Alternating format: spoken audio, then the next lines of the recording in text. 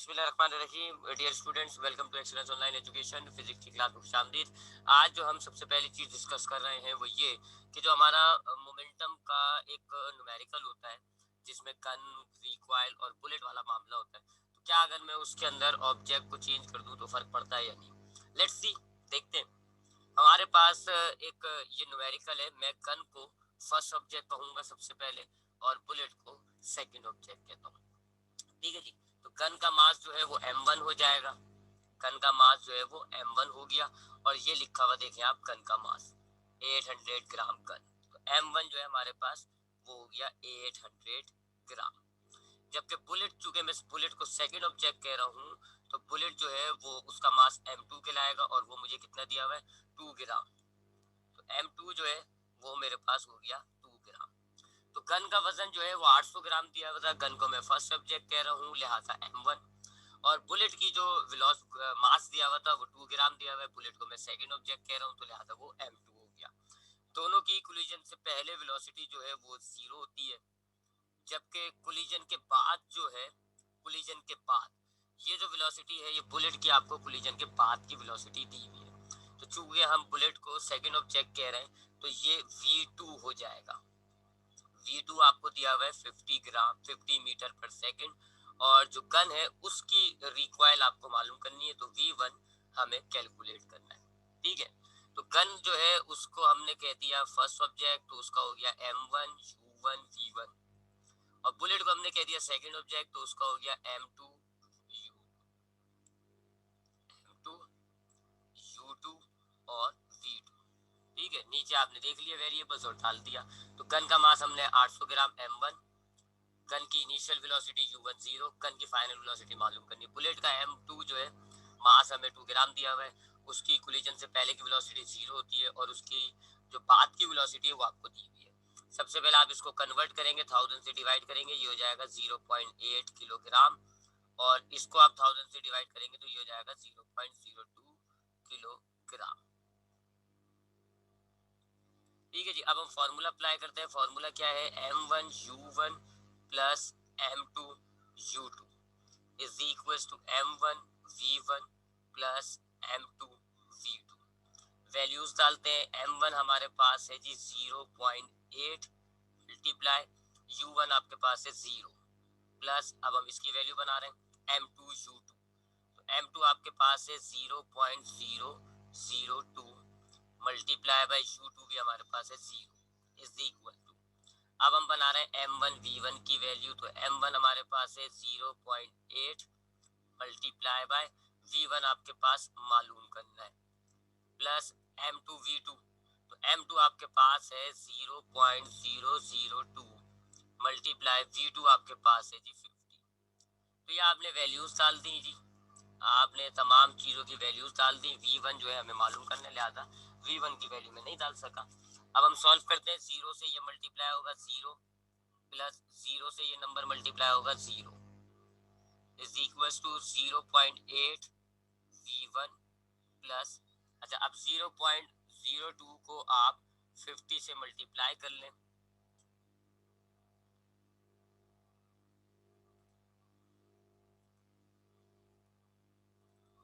मैं कैलकुलेटर लाऊंगा, दिखाऊंगा आपको। ठीक है जी, ये आ गया कैलकुलेटर। अब हम 0.002 इसको हम मल्टीप्लाई कर रहे हैं जी 50 से, आंसर आता है जी 0.1। 0.1। अब ये 0 प्लस 0 0 होता है, 0.8 v1 प्लस 0.1। अब ये प्लस 0.1 दूसरी साइड पे जाएगा, minus 0.1 is equal to 0.8 v1। अब ये 0.8 दूसरी तरफ जाएगा, डिवाइड हो जाएगा, minus 0.1 divided by 0.8 is equal to v1। और अब हमारे पास v1 आ जाएगा जी माइनस का, डिवाइड कर देते हैं हम, 0.1 डिवाइडेड बाय 0.8, ये आ रहा है 0.125, 0.125 मीटर पर सेकेंड। ये आपके पास आ गई जी गन की रिकॉइल की वेलोसिटी। अब हमने करना ये है कि अब हम बॉडीज को चेंज कर देते हैं। ठीक है, इसी न्यूमेरिकल में मैं अपडेट कर लेता हूँ। अब हम बॉडीज को चेंज कर लेते हैं जी। रेड से करता हूँ। अब हमने गन को कह दिया कि ये हमारी जो है वो सेकंड ऑब्जेक्ट हो गया, और बुलेट को मैंने कह दिया कि ये हमारा जो है वो फर्स्ट ऑब्जेक्ट हो गया।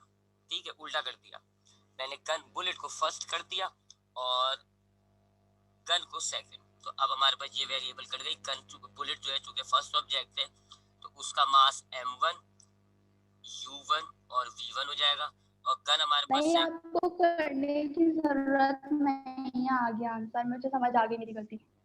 मैं पूरी वैल्यू को साइड पे नहीं ले जा रही थी, मैं वहीं पे सब कुछ कर रही थी, तो इसलिए मेरा आंसर डिफरेंट आ गया। लेकिन आई विल चेक अगेन, मैं तो चेक करूंगा ना। अब एक चीज रिकॉर्डिंग में आ रही है। अच्छा, अब सेकंड ऑब्जेक्ट में इसको हम कर देंगे m2 u2 और v2। ठीक है, तो अब हमने चेंज कर दिया। अब हम इधर भी चेंज कर देते हैं जी।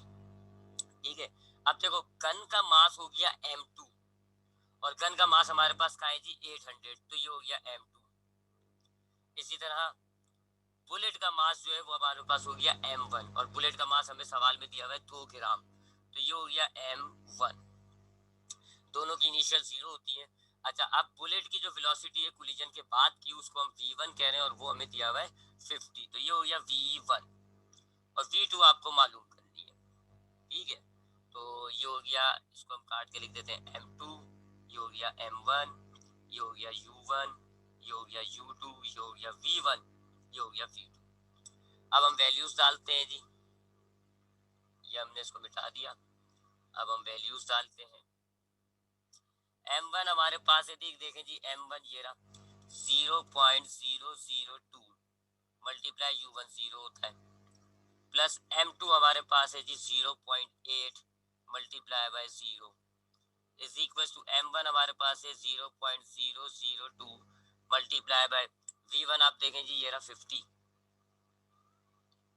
प्लस m2 आपके पास है जी 0.8 मल्टीप्लाई बाय v2 आपको मालूम करना है, लिहाजा v2 लिखेंगे। अब हम इसको सॉल्व करते हैं जी। यहाँ तो स्टिल 0 ही आएगा, यहाँ पर भी 0.8 को आप 0 से मल्टीप्लाई करेंगे 0 आएगा। अब ये 0 पॉइंट, इसको जरा चेंज कर लेते हैं। 0.02 को 0.002 मल्टीप्लाई 50.1 आएगा, देख लीजिएगा। ठीक है, 0.1, ये हो गया 0.1, प्लस इन दोनों को आप मल्टीप्लाई करेंगे तो ये हो जाएगा 0.8 v2। अब देखें जी, ये 0 प्लस 0 0 होता है, और इसको भी हम सीधा कर देते हैं, चले, हालांकि बात एक ही है। और इधर हो गया जी 0.1 प्लस 0.8 v2। अब ये प्लस का 0.1 है, इसको दूसरी तरफ लेके जाएंगे, माइनस का 0.1 हो जाएगा, और यहाँ बच जाएगा 0.8 v2।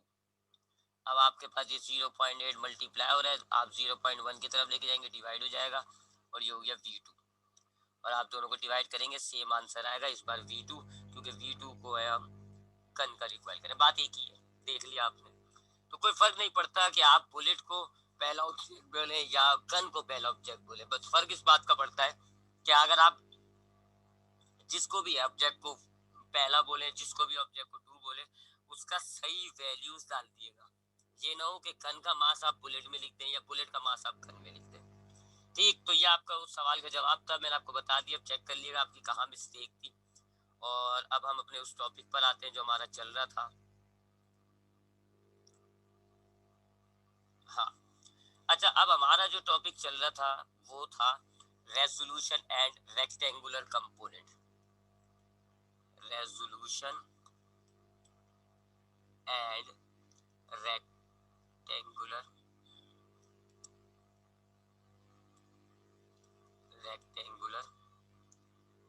कंपोनेंट्स। मैंने आपको कल इसकी सारी मालूमात बताई थी, डिटेल्स दी थी कि आपके पास एक वेक्टर होता है, आप अगर उसको तोड़ देते हैं तो उस तोड़ने के प्रोसेस को कहते हैं resolution. Resolving a vector into its component. Resolving का मतलब होता है तोड़ना। Resolving a vector into its component, ये होता है जी आपके पास रेजोल्यूशन। ठीक है, तो रेजोल्यूशन क्या होता है, आप अगर एक वेक्टर लें और उसको तोड़कर उसके कंपोनेंट्स बना लें तो इस प्रोसेस को आप कहते हो रेजोल्यूशन। अब जब आप एक वेक्टर को रेजोल्यूशन से गुजारते हो, उसको तोड़ के उसके कंपोनेंट्स बनाते हो, तो आपको रेक्टेंगुलर कंपोनेंट्स मिलते हैं। रेक्टेंगुलर कंपोनेंट्स दो होते हैं जी, टू कंपोनेंट्स होते हैं ये, टू कंपोनेंट्स जिनके दरमियान having 90 degree angle between them.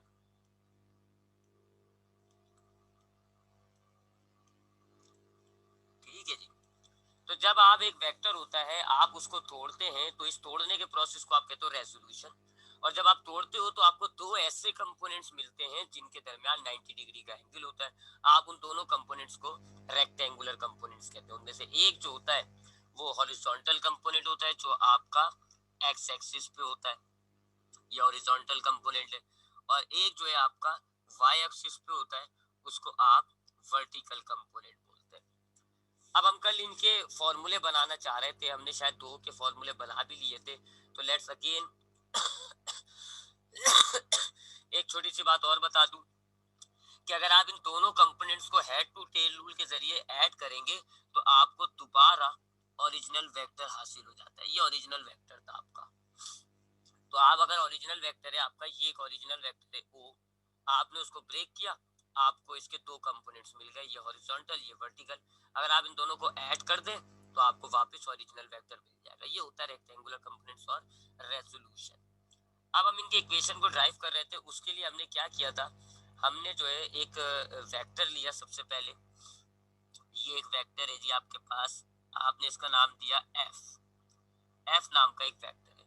आपने इसको तोड़ा तो इसके दो कंपोनेंट्स मिल जाएंगे, एक ये हो गया जी हॉरिजॉन्टल कंपोनेंट, इसको आप एफ एक्स कहोगे, और एक जो है जी इसका ये कंपोनेंट हो गया, रेड कलर से ड्रॉ किया मैंने, ये कहलाएगा वर्टिकल कंपोनेंट। ठीक है, तो हमने हमारे पास एक ओरिजिनल वेक्टर था एफ, मैंने उसको तोड़ा तो उसके कंपोनेंट मिल गया, एक हॉरिजॉन्टल कंपोनेंट एफ एक्स और एक वर्टिकल कंपोनेंट एफ वाई। अब ये जो ओरिजिनल वेक्टर है इसका जो एंगल है वो आप उसको थीटा बोलोगे, जो भी होगा, हम तो यहाँ पे हमें नहीं पता तो हम उसको थीटा कंसीडर करते हैं। उसके बाद मैंने आपको एक और दो चार बातें बताई थी, वो ये कि आपके पास जब आप देख रहे हैं डायग्राम में, अब आपको एक ट्राइंगल बन गया और ट्राइंगल में ये वाला जो एंगल है ये 90 डिग्री का एंगल है। अब जब ट्रिग्नोमेट्री ये होती है कि जब 90 डिग्री का एक ट्राइंगल होता है तो फिर हमने साइडों के नाम रखे हुए होते हैं। जो 90 के, ये देखें ये 90 का एंगल है, इसके जो सामने वाली साइड होती है ये वाली स्लोप के अंदर जो होती है इसको आप हाइपोटेन्यूज कहते हैं, एच वाई पी लिखो।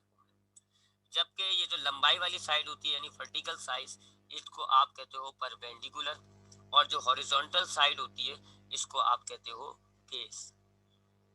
ठीक है, ये ट्रिग्नोमेट्री है। तो ट्रिग्नोमेट्री कहती है कि जो 90 डिग्री का ट्राइंगल होता है उसमें जो स्लोप वाली साइड होती है, ढलान वाली साइड होती है, उसको आप कहते हो हाइपोटेन्यूज। जो आपकी वर्टिकल साइड होती है लंबाई में उसको आप परपेंडिकुलर कहते हो, और जो आपकी लेटी हुई जमीन वाली साइड होती है उसको आप कहते हो बेस। अब हमने डेरिवेशन की थी, हमने सबसे पहले हॉरिजॉन्टल कंपोनेंट का फॉर्मूला बनाया फॉर हॉरिजॉन्टल कंपोनेंट। हमने हॉरिजॉन्टल कंपोनेंट के लिए फॉर्मूला बनाया जी। उसके लिए हमने क्या करा, ट्रिग्नोमेट्री का एक बड़ा मशहूर रेशियो होता है जी कॉस थीटा, हमने वो लिया। कॉस थीटा होता है परपेंडिकुलर बेस अपॉन हाइपोटेन्यूज। ये तीन रेशियो होंगे, ये आपको याद करने होंगे, अभी आपको याद करने होंगे मैथ में। जब आप चैप्टर 15 पे जाएंगे तो आप ये वहां पे उनको यूज करेंगे तो सब समझ जाइएगा कि इनका और क्या क्या होता है। तो हमने हॉरिजॉन्टल कंपोनेंट के फॉर्मूले के लिए रेशियो लिया जी cos थीटा, जो कि होता क्या है बेस अपॉन हाइपोटेन्यूज। बेस आप देखें डायग्राम में, आपके पास बेस जो है वो एफ एक्स है और हाइपोटेन्यूज जो है वो आपके पास एफ है। अब एफ डिवाइड हो रहा है, कॉस के पास जाएगा मल्टीप्लाई हो जाएगा, और आपकी इक्वेशन हो गई जी f x is equal to f cos theta. ये आपका हॉरिजॉन्टल कंपोनेंट का फॉर्मूला हो गया। इसी तरीके से अब हम वर्टिकल कंपोनेंट का बनाते हैं for vertical component. Vertical component का बनाते हैं, वर्टिकल कंपोनेंट के लिए हम जो रेशियो लेंगे वो होगा साइन थीटा। साइन थीटा होता है जी परपेंडिकुलर डिवाइडेड बाय हाइपोटेन्यूज। अब इसमें हम वैल्यूज डालते हैं, sine theta is equal to perpendicular diagram देखें एफ वाई है, और हाइपोटेन्यूज अगर आप डायग्राम को देखेंगे तो एफ है। अब एफ डिवाइड हो रहा है, साइन थीटा के पास जाएगा, मल्टीप्लाई हो जाएगा, तो ये हो गया एफ साइन थीटा, और दूसरी तरफ आपके पास बच गया एफ वाई। ये आपके पास जो है वो वर्टिकल कंपोनेंट का फॉर्मूला हो गया। तो हमने ये दो कंपोनेंट्स के ना फॉर्मूले बना लिया, हॉरिजॉन्टल कंपोनेंट का भी फॉर्मूला बना दिया, वर्टिकल कंपोनेंट का भी। हॉरिजॉन्टल कंपोनेंट का फॉर्मूला क्या होता है, एफ कॉस थीटा, वर्टिकल का क्या होता है, एफ साइन थीटा। तो ये जो दोनों रेशियो हैं जी, cos theta which is equal to base upon hypotenuse, और sin theta which is equal to perpendicular upon hypotenuse, और ये जो साइडों के नाम है ये सारी ट्रिग्नोमेट्री है। तो सर इसको दोबारा दोहराएं तो साइडों में जो 90 के सामने वाली साइड होती है स्लोप में, उसको आप हाइपोटेन्यूज कहते हो। ये जो आपकी वर्टिकल साइड है इसको आप परपेंडिकुलर कहते हो, और जो ये वाली साइड है इसको आप बेस कहते हो। रेशियो तो आपको याद हो ही जाएंगे आहिस्ता आहिस्ता। साइन होता है परपेंडिकुलर अपॉन हाइपोटेन्यूज, बेस और कॉस होता है बेस अपॉन हाइपोटेन्यूज। अब हम इस थीटा के लिए फॉर्मूला बनाते हैं। अब हम बनाते हैं फॉर एंगल के लिए, एंगल थीटा के लिए अब हम फॉर्मूला बना रहे हैं। थीटा के लिए हम फॉर्मूला बनाने के लिए हम तीसरा रेशियो लेंगे, साइन हो गया कॉस हो गया, अब हम तीसरा वाला रेशियो लेंगे जिसको आप कहते हो टेन थीटा, और वो होता है जी परपेंडिकुलर डिवाइडेड बाय बेस। ठीक है जी। तो तीन फॉर्मूलों के लिए तीन रेशियो इस्तेमाल किए, कॉस थीटा, साइन थीटा और अब टेन थीटा। अब आप इसमें वैल्यूज डालें जी, tan theta is equal to perpendicular, आप देखें डायग्राम एफ वाई है, बेस क्या है जी एफ एक्स। अब यहाँ पर आपको सिर्फ थीटा चाहिए, तो ये जो टेन है ये आप इधर इधर इधर है, आप जब इसको इधर लेकर जाएंगे तो ये हो जाएगा टेन इनवर्स, टेन और इनवर्स को हम -1 पावर शो करेंगे, F Y upon F X. ये आपके पास जो है वो टेन का फॉर्मूला हो गया। अगर आप ये देख रहे हैं कि ये टेन टेन इधर जाके टेन इनवर्स क्यों हुआ, तो जरा ये देखिएगा, tan theta F Y upon F X. अब ये मल्टीप्लाई हो रहा है, मल्टीप्लाई हो रहा है, जब टेन उधर जाएगा तो डिवाइड हो जाएगा, F Y upon F X, और ये ऐसे नीचे आ गया। ठीक है, अब इसका कोई टेबल नहीं होता हमारे पास। अब आपको पता है मैथमेटिक्स आपने पढ़ी होगी, चैप्टर 2 आपने पढ़ लिया होगा, नीचे वाला डिनोमिनेटर अगर हम ऊपर ले जाते हैं, ऊपर ले जाते हैं नोमिनेटर में, तो उसका पावर का साइन चेंज हो जाता है। अभी इसकी +1 पावर है, मैं इसको अगर ऊपर लेकर जाऊंगा तो इसकी पावर हो जाएगी -1, इसको हम टेन इनवर्स कहते हैं। ये हमारे पास टेबल होते हैं, कैलकुलेटर में हम निकाल सकते हैं।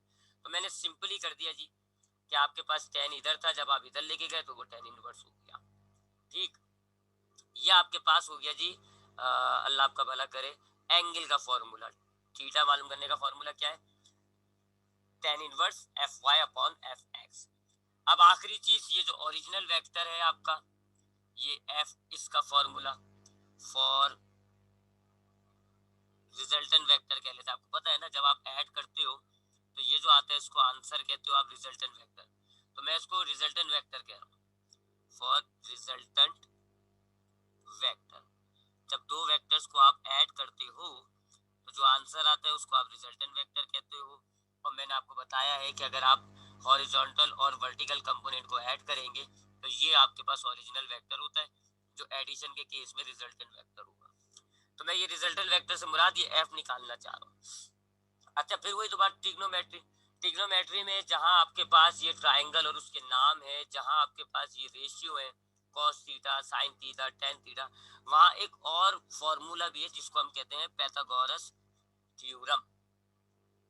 एक एक थ्योरम भी है, यानी एक स्टेटमेंट भी है जिसको आप कहते हो पैथागोरस थ्योरम।